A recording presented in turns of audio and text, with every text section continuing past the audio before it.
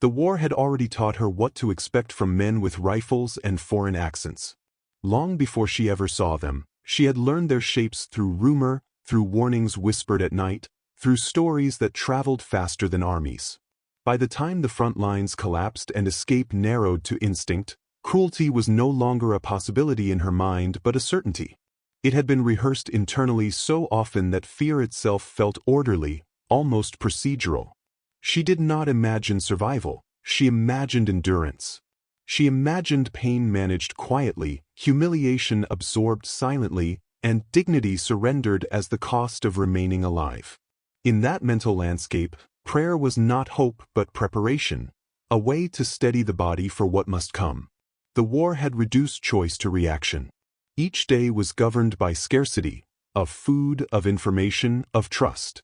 Civilians learned to read uniforms the way farmers once read clouds, searching for signs that might predict danger.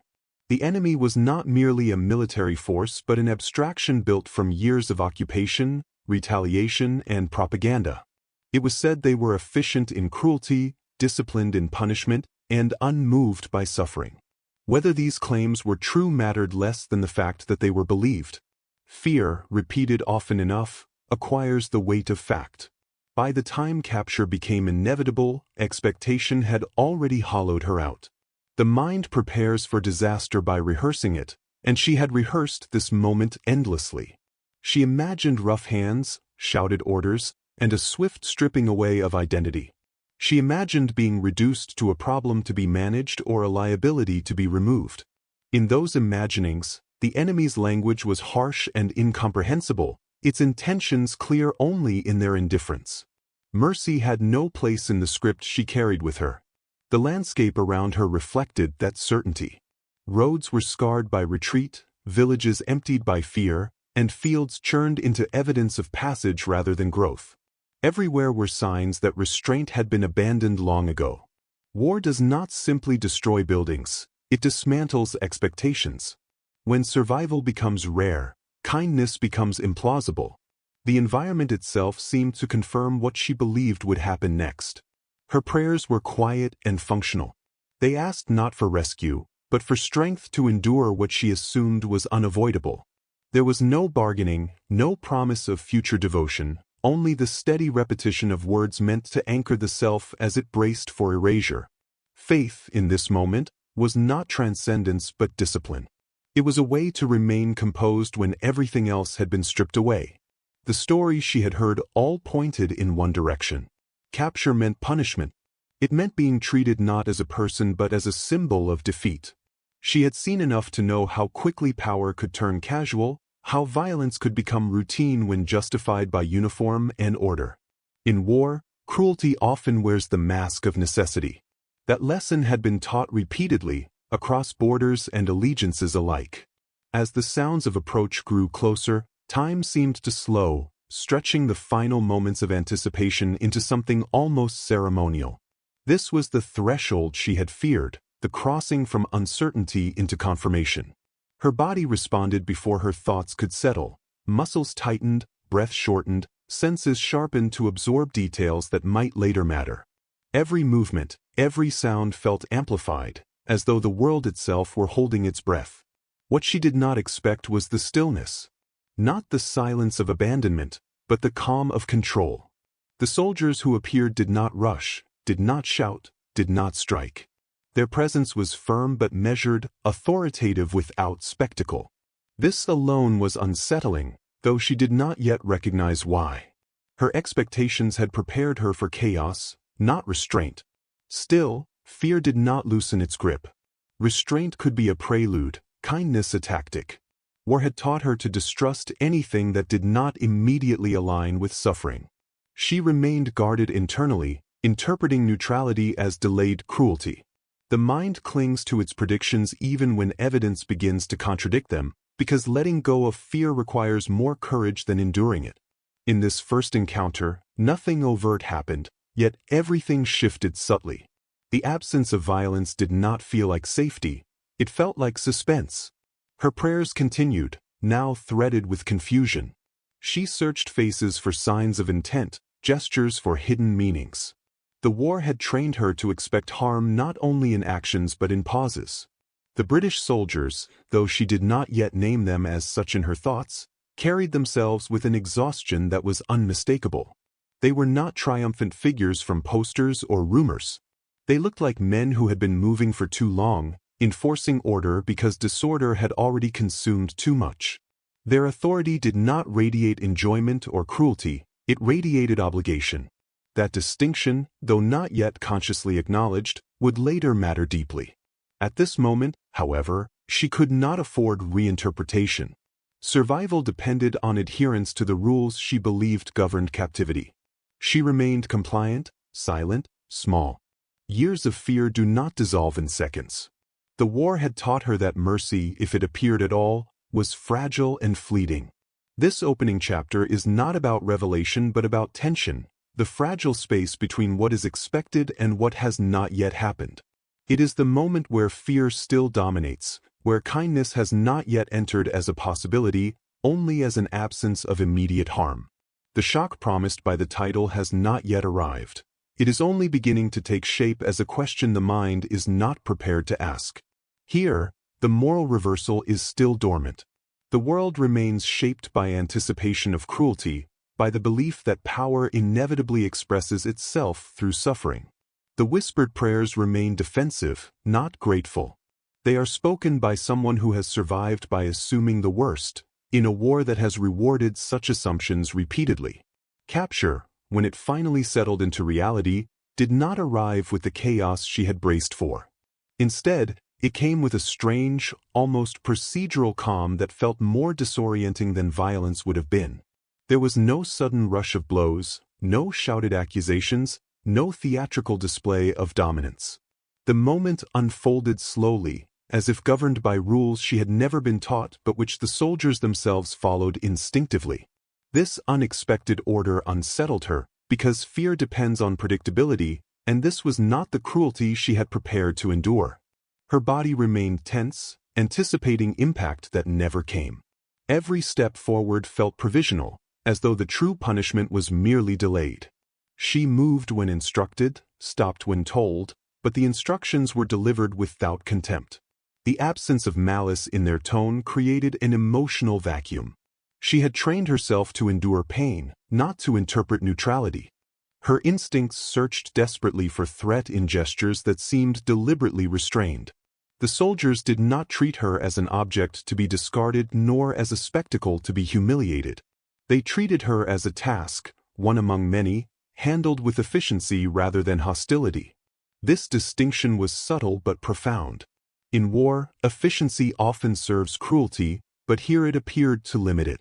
Procedures replaced improvisation, and that replacement created boundaries she had not expected to exist. She noticed how the soldiers avoided unnecessary contact, how they maintained distance not out of fear but out of discipline. Weapons remained present but unraised, symbols of authority rather than instruments of immediate harm. This visual contradiction confused her deeply. The war had taught her that power reveals itself through excess, through the constant reminder of its ability to destroy.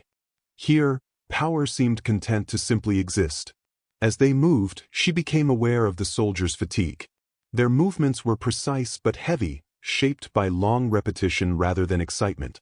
This was not the energy of men eager to dominate, but of men determined to finish a task without creating new problems. The war, it seemed, had worn them down in a way that left little room for cruelty as entertainment. Still, she did not trust the moment. War had taught her that restraint could be strategic. Kindness could be transactional, offered only to extract compliance before punishment resumed. She kept her thoughts guarded, interpreting every calm gesture as a test she might fail. Her silence was not submission but self-preservation, a way to avoid provoking an unknown response. The environment reinforced the sense of order. Makeshift command points were arranged with care, supplies stacked methodically, wounded tended without urgency but without neglect. Nothing suggested panic or revenge. The scene felt closer to administration than conquest. This administrative quality unsettled her more than open hostility would have, because it implied a system that functioned independently of personal cruelty. She watched how the soldiers interacted among themselves. There was little shouting, little posturing. Commands were given quietly, acknowledged without drama. Authority moved through the group like an understood language rather than a force that needed constant reinforcement. This internal discipline hinted at a broader moral framework, though she could not yet name it. The longer the moment extended, the harder it became to maintain her original expectations. Fear relies on confirmation, and confirmation was not arriving. Instead, doubt crept in. It did not feel like relief, it felt like disorientation. If the enemy was not behaving as expected, then the stories she had relied upon to survive might not fully explain the world she was now in. This realization was dangerous. Letting go of fear before safety is assured can be fatal. She clung to caution, reminding herself that cruelty often arrives later, once compliance is secured. Yet the absence of immediate brutality forced her to remain mentally flexible in a way she had not practiced in years. War simplifies moral landscapes. This moment complicated them. Time passed in a strange suspension. Without violence to mark its passage, each minute stretched and compressed unpredictably. She became hyper-aware of small details: the sound of boots on gravel, the measured pace of movement, the careful handling of documents and equipment.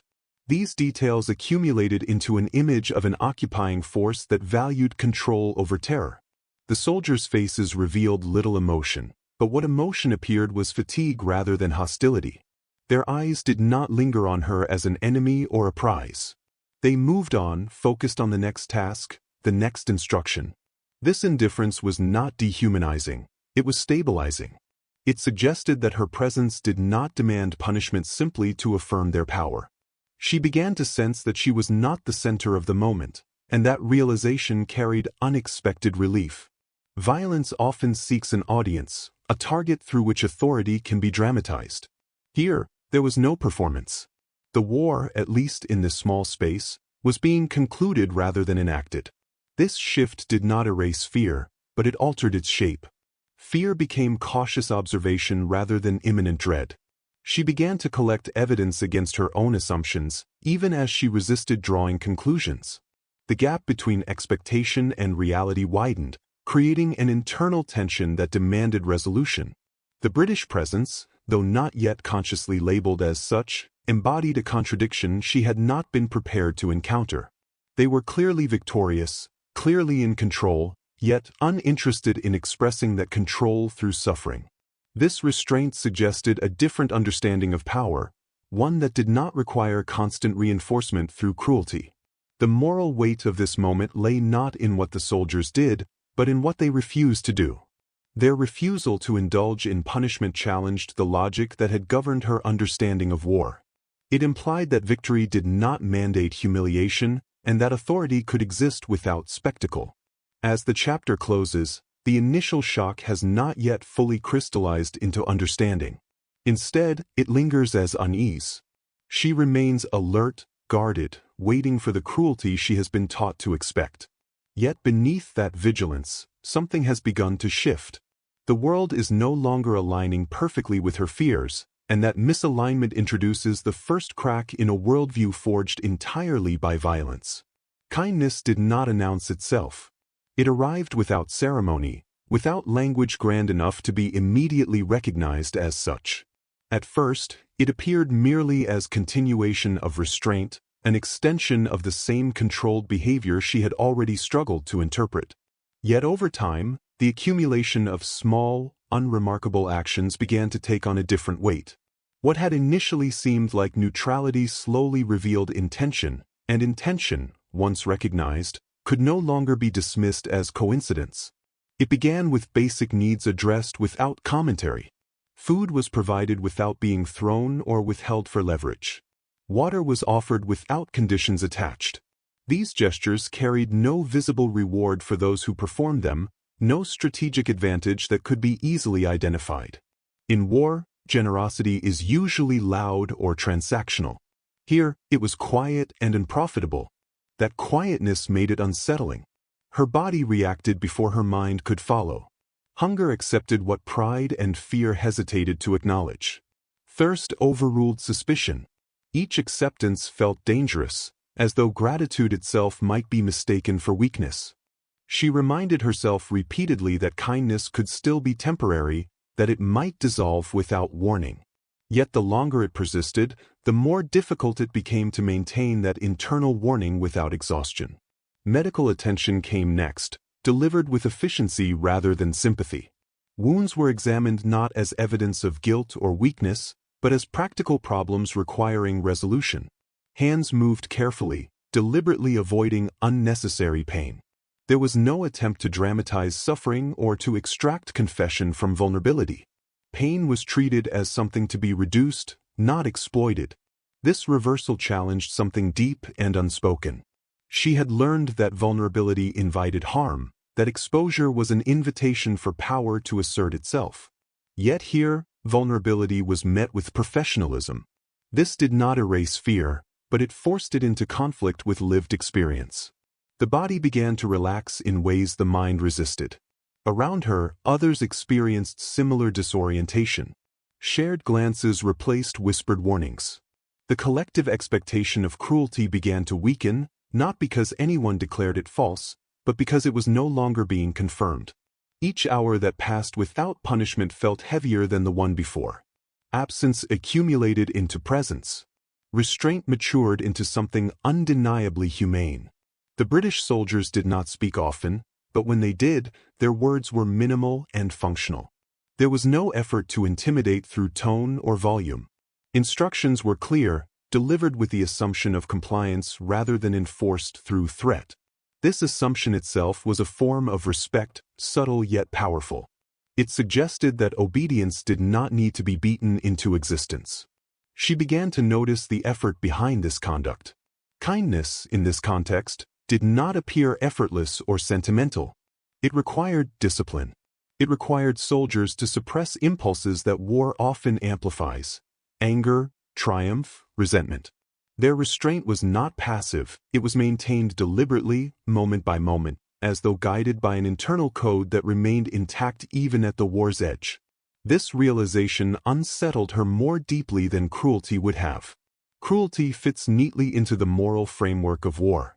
It confirms expectations, justifies hatred, and sustains emotional distance. Kindness, by contrast, collapses those structures. It demands engagement, interpretation, and moral recalibration. It refuses to allow the enemy to remain abstract. As days passed, kindness continued to surface in ways too consistent to ignore. Personal items were returned rather than confiscated unnecessarily. Privacy was respected where possible. Even silence was granted generously, without interrogation filling every moment. These choices suggested that control was being exercised with limits, that authority was being practiced rather than performed. She found herself watching the soldiers more closely, not out of fear, but out of curiosity. She observed their routines, their habits, the way they corrected one another when discipline slipped. She noticed how cruelty, when it appeared in small, fleeting forms, an impatient gesture, a sharp word, was quickly contained rather than encouraged. This internal regulation revealed something rare: accountability within power. The shock was not that kindness existed, but that it was sustained. Anyone can perform a merciful act once. Sustained mercy requires structure. It requires leadership willing to enforce restraint even when no one is watching. This realization reframed the soldiers not as individual anomalies, but as participants in a broader moral system that survived the chaos of war. Her internal language began to change, though she resisted acknowledging it. She stopped referring to them solely as the enemy in her thoughts. She began to distinguish between individuals, to notice differences in posture, demeanor, fatigue. This individuation was dangerous. It threatened the emotional armor that had protected her for years. Yet it happened involuntarily, driven by repeated evidence of humanity. The kindness she encountered did not erase the violence she had witnessed elsewhere. It did not absolve the war or its consequences. Instead, it complicated them. It introduced a contradiction that could not be resolved by simple narratives of good and evil. This contradiction demanded space in memory, space that fear had previously occupied alone. She began to understand that this kindness carried a moral weight beyond immediate relief. It functioned as a message, though never articulated. Victory did not require dehumanization. Power did not mandate cruelty. These ideas were radical not because they were new, but because they had been so thoroughly absent from her lived experience of war. For the British soldiers, kindness appeared almost unremarkable. It was routine, procedural, woven into the fabric of how they conducted themselves. This ordinariness was perhaps its most powerful feature. It suggested that mercy was not an exception reserved for extraordinary moments, but a baseline expectation even amid conflict. This realization produced an unexpected emotional response: grief. Grief for all the moments when kindness had not been offered elsewhere, when restraint had been abandoned as impractical or weak. The contrast illuminated loss as sharply as it illuminated hope. Mercy, once encountered, exposes its absence everywhere else. She did not yet feel gratitude. Gratitude would require safety, and safety still felt provisional. What she felt instead was dislocation. The moral terrain beneath her had shifted, and she was unsure how to stand on it. The war had taught her to navigate brutality. It had not taught her how to receive care from those she had been trained to fear. As this chapter unfolds, the narrative moves from shock to reckoning. Kindness is no longer an anomaly, it is a pattern. And patterns demand interpretation. The enemy, once defined entirely by anticipated cruelty, now occupies a space that resists simplification. This resistance forces a reconsideration not only of the captors, but of the stories that shaped expectation itself. By the end of this phase, something irreversible has occurred. The possibility of mercy has entered the imagination, and it cannot be removed. Even if cruelty were to follow, it would no longer confirm a complete truth. Kindness has complicated the narrative permanently. As the days accumulated, the initial shock of kindness gave way to something more demanding: reinterpretation. Mercy, once recognized, could no longer be treated as an isolated incident. It began to exert pressure on memory itself, forcing past assumptions to shift and rearrange. The mind, trained by war to categorize quickly and absolutely, now struggled with ambiguity. What had once been a clean division between oppressor and victim blurred into something less stable, less comfortable, but undeniably more human. This internal recalibration was not welcomed easily. It felt like betrayal of experience, of caution, of the countless stories that had justified fear. To accept kindness from the enemy was to admit that the moral certainty sustaining endurance might have been incomplete. That admission carried risk. Certainty, even when painful, provides structure. Doubt introduces vulnerability. She found herself replaying the early days of captivity, searching for hidden motives she might have missed. Each act of restraint was examined for strategic intent. Yet repetition eroded suspicion. Patterns emerged that did not align with manipulation. Kindness, when sustained, becomes expensive. It requires energy, oversight, and the willingness to restrain power even when doing so offers no immediate reward. The longer it continued, the less it resembled a tactic and the more it resembled a principle. This realization reframed the British presence in a way that unsettled her deeply. They were not merely refraining from cruelty, they were actively choosing restraint. That choice implied an internal moral architecture that survived prolonged violence. It suggested that the war had not erased all boundaries, that some lines remained uncrossed not because they could not be crossed, but because they should not be. The implications extended beyond her immediate experience. If the enemy could behave this way, then the moral logic that governed the war was not as absolute as she had believed. Violence had been widespread, but it had not been inevitable. This thought was both liberating and devastating. It offered hope for humanity, but it also illuminated how much suffering elsewhere might have been preventable.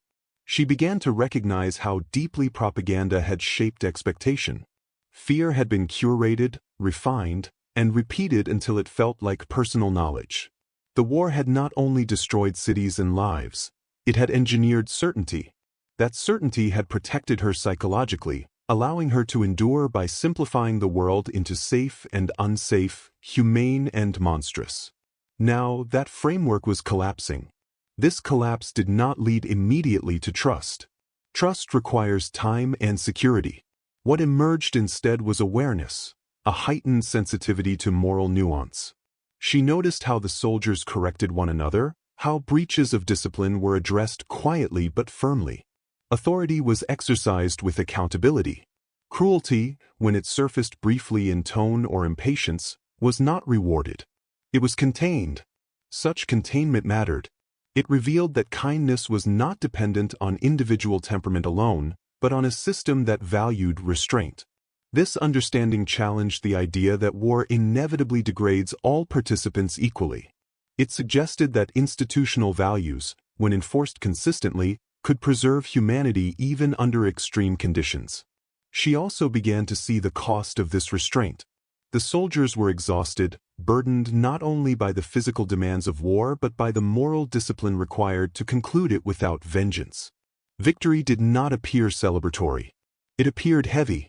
Their behavior suggested an awareness that how they treated the defeated would define the peace that followed more than any battlefield success.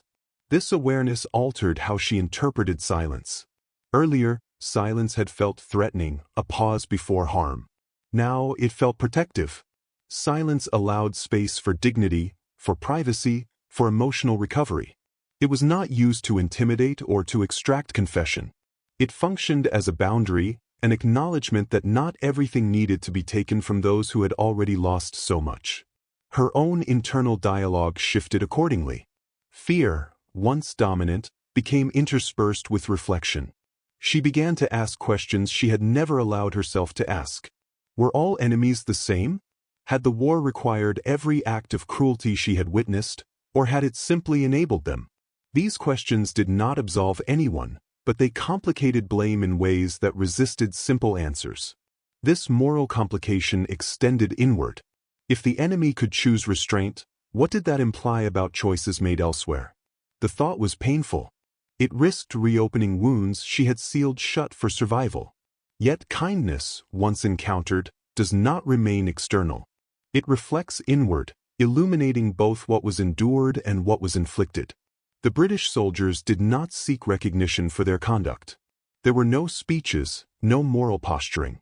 Their restraint was quiet, almost invisible. This lack of self-congratulation reinforced its authenticity. It suggested that kindness was not being performed for history or judgment, but practiced as a matter of course. Over time, this practice reshaped the emotional atmosphere of captivity. Tension eased incrementally.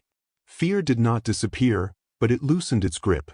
People began to speak softly among themselves, to rest when permitted, to reclaim fragments of normalcy long suppressed. These small recoveries did not negate loss, but they resisted total dehumanization. She became aware of how fragile this space was. One act of brutality could shatter it instantly. That it remained intact day after day testified to sustained commitment. This commitment, she realized, was the true shock. Not the initial absence of violence, but the ongoing refusal to indulge it. The moral reversal promised by the title took shape here, not as a dramatic revelation but as a slow, uncomfortable reckoning. The enemy, once imagined as incapable of mercy, now embodied it in mundane ways. This did not transform them into heroes, nor erase the broader violence of war. Instead, it forced a reassessment of what power could look like at its conclusion. She understood that this kindness would leave a lasting imprint, regardless of what followed. Even if captivity ended harshly, even if the future held hardship, this experience could not be erased. It would persist as evidence that humanity had survived where she least expected it. This realization carried responsibility. Memory, once altered, demands honesty. She would not be able to recount the war as a simple tale of cruelty inflicted by faceless enemies. Her story would include contradiction, restraint, and mercy. It would resist the comfort of absolutes. As this chapter draws to a close, the transformation remains incomplete but irreversible. The war has not ended, but its moral terrain has shifted. Fear has been challenged, certainty disrupted. In the space created by restraint, reflection has taken root. This is the quiet center of the narrative, where shock gives way to understanding and understanding to responsibility.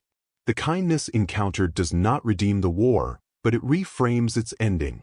It insists that even amid devastation, choices mattered, and that some chose differently. As the war's final movements became clearer, the experience of kindness took on a broader, more unsettling significance. What had once been understood as an individual encounter now revealed itself as part of a larger moral moment, one that extended beyond captivity and into the uncertain architecture of peace. The question was no longer whether mercy existed, but what it meant when extended by those who had decisively won. Victory carries with it the temptation to simplify history, to flatten the defeated into symbols of failure and guilt. Yet here, restraint persisted, quietly resisting that temptation. She began to sense that this phase of the war was governed by a different urgency. The fighting was ending, but judgment was beginning. How the victors behaved now would shape not only memory, but legitimacy.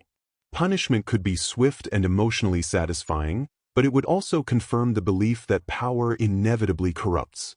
Kindness, by contrast, offered no immediate gratification. It demanded patience, structure, and an acceptance that justice and revenge are not interchangeable. The British conduct seemed informed by this awareness. There was an intentionality in how order was maintained without humiliation, how authority was asserted without spectacle. The defeated were processed, documented, and managed, but not theatrically shamed. This approach reframed surrender not as an invitation for abuse, but as a transition into a different moral space, one where accountability would be addressed through systems rather than impulses. This distinction mattered deeply. War had taught her that suffering was often justified as balance, as a necessary counterweight to loss endured. Yet here, suffering was not treated as currency. Pain was not extracted to settle invisible accounts. The absence of retaliatory cruelty disrupted the cycle that had sustained violence for years. It suggested that the war could end without reproducing its worst habits. She recognized that this restraint was not naive. It did not ignore responsibility or excuse wrongdoing. Rather, it separated justice from vengeance. That separation required confidence that authority did not need to announce itself through fear, and that legitimacy could survive without cruelty. This confidence was perhaps the clearest marker of true victory she had witnessed. The broader implications unfolded slowly. She began to understand that peace is not simply the absence of fighting, but the presence of restraint. How the defeated are treated becomes a test of the values claimed by the victorious. In this light, British kindness was not softness, but discipline. It was a refusal to allow war to dictate the terms of its own conclusion. This realization reframed her understanding of power entirely. Power, she had learned, was loud, visible, and violent. Here, power was quiet, procedural, and contained. It expressed itself through consistency rather than excess. This form of authority felt less fragile, less dependent on constant reinforcement. It suggested durability rather than dominance. She also became aware of how closely this restraint was being observed, not just by those in captivity, but by history itself. Even without cameras or declarations, these moments would travel forward through memory, shaping how the war would be recounted by those who survived it. Kindness, once witnessed, cannot be unseen. It alters testimony. This awareness carried a subtle burden. Those who had expected cruelty now found themselves responsible for remembering mercy. This responsibility was complicated. It did not erase grief, nor did it demand forgiveness. But it required honesty. It demanded that the story of the war include not only its horrors, but its moments of moral clarity. She felt this burden personally. The kindness she had received stood in contrast to countless other experiences, many of which had involved indiscriminate violence and loss. Holding these truths together was painful. It resisted simplification. Yet the refusal to simplify felt necessary, even ethical. Memory, like power, can be abused when stripped of nuance. The British soldiers themselves seemed aware of this fragile transition. Their demeanor suggested an understanding that the end of war is not an endpoint, but a passage. The habits formed now would echo into occupation, reconstruction, and reconciliation. Restraint practiced here would make restraint possible later. Cruelty indulged now would justify cruelty elsewhere. This long view distinguished their conduct from mere benevolence. It was not kindness for its own sake, but kindness as foundation. A foundation for order, for legitimacy, for a peace that would not immediately collapse into resentment. This perspective challenged the idea that mercy is incompatible with strength. Instead, it framed mercy as evidence of strength fully realized. She began to imagine how this moment would live on. Years from now, when the war would be compressed into narratives and dates, these quiet choices might be overlooked. Yet for those who experienced them, they would remain vivid, shaping how enemies were remembered and how humanity was understood. The kindness shown here would complicate hatred long after uniforms were gone. This complication did not demand reconciliation, but it made dehumanization harder. It insisted that even in war's final brutality, alternatives had existed. This insistence was unsettling. It forced a confrontation with the idea that cruelty, though widespread, had never been inevitable. As this chapter reaches its emotional core, the story expands beyond individual survival into collective consequence. The moral reversal is no longer surprising, it is instructive. It reveals that how wars end may matter as much as why they begin. The choices made in victory shape not only peace, but memory itself. For her, this understanding marked a turning point. The kindness she had encountered was no longer something to be processed emotionally alone. It had become a reference point, a standard against which future actions, stories, and judgments would be measured. It would prevent easy hatred, even when hatred might feel justified. This does not mean that wounds healed or grief faded. Loss remained immense, and responsibility remained real. But within that reality, a different possibility had been demonstrated. The war had not erased the capacity for moral choice. Even at its end, restraint had been chosen. When the war finally receded from immediate experience into memory, it did not leave cleanly. It lingered in fragments, sensations, and unresolved questions that refused to settle into a single narrative. What endured most sharply was not the violence she had prepared herself to face, but the mercy she had not anticipated. That mercy did not fade with time. Instead, it grew heavier, more complex, as distance allowed reflection to deepen rather than soften it. In the quiet aftermath, she understood that the shock of kindness had altered something permanent. Fear had once been her most reliable guide, shaping instinct, expectation, and survival itself. Now fear had been interrupted, not erased, but challenged by lived contradiction. This interruption could not be undone. Even years later, it resurfaced unexpectedly, complicating memories that might otherwise have hardened into certainty. She found that her recollection of the war resisted simplification. When others spoke of enemies as uniformly cruel or victories as morally uncomplicated, her mind returned to those moments of restraint. The memory did not excuse the war's devastation, nor did it diminish the suffering inflicted elsewhere. Instead, it functioned as a counterweight, insisting on nuance where certainty was tempting. This insistence was not always welcome. Nuance demands effort. It requires holding multiple truths without resolving them into comfort. She discovered that remembering kindness carried its own burden. It forced her to confront the fact that humanity had persisted even when circumstances seemed to justify its abandonment.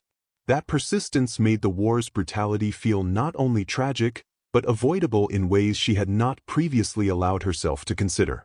The whispered prayers from the beginning of the story took on new meaning over time. They no longer represented only fear or preparation for cruelty. In retrospect, they marked the moment just before expectation collapsed. They became a threshold between a worldview governed entirely by survival and one complicated by moral possibility. What she had asked for then was endurance. What she received later was a lesson in restraint. This lesson did not transform her into an optimist. The war had left too many scars for that. But it did prevent her from accepting cynicism as wisdom.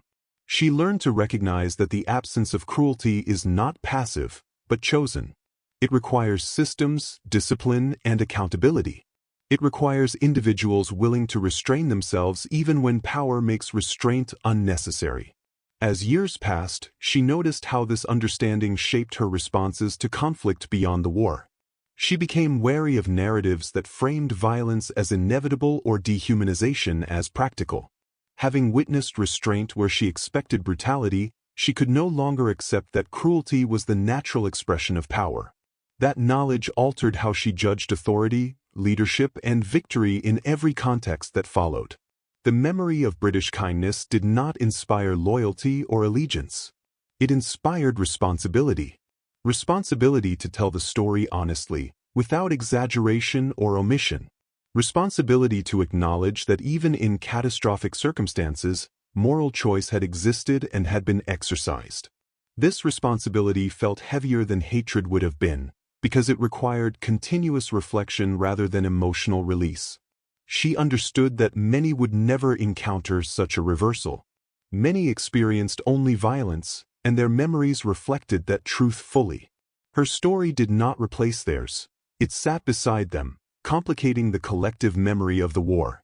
This coexistence of truths felt fragile but necessary. History, she realized, is impoverished when it demands uniformity. The soldiers who had shown restraint likely moved on, carrying their own memories of the war's end. She never knew how they remembered those days, whether they understood the impact of their conduct on those who had feared them. Perhaps they considered it unremarkable, simply the way things were done. Perhaps that ordinariness was the point. Kindness, when institutionalized, does not seek witnesses. Yet she remained a witness regardless. The absence of spectacle did not diminish the significance. On the contrary, it made it more enduring.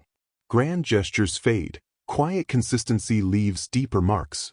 The mercy she encountered did not announce itself, but it endured because it had been sustained. In later years, when war was discussed in abstract terms, strategies, alliances, outcomes, she felt a quiet resistance rise within her. She knew that wars are also defined by moments that never appear in summaries. A wound treated without judgment, a command given without contempt, a silence that preserves dignity. These moments rarely decide battles, but they shape the moral residue wars leave behind. This residue mattered. It influenced how societies rebuilt, how former enemies learned to coexist, how children inherited stories that would shape their own understanding of conflict. Mercy extended at the end of war does not erase trauma, but it reduces the inheritance of hatred. It introduces friction into cycles of vengeance, making them harder to sustain. She came to believe that this was the war's quiet legacy, one easily overlooked but profoundly consequential. Not the treaties or borders, but the memory that cruelty had not been universal, that restraint had survived where it might have been abandoned. This memory resisted despair without denying reality. As time placed distance between her and the events themselves, the shocks softened into clarity.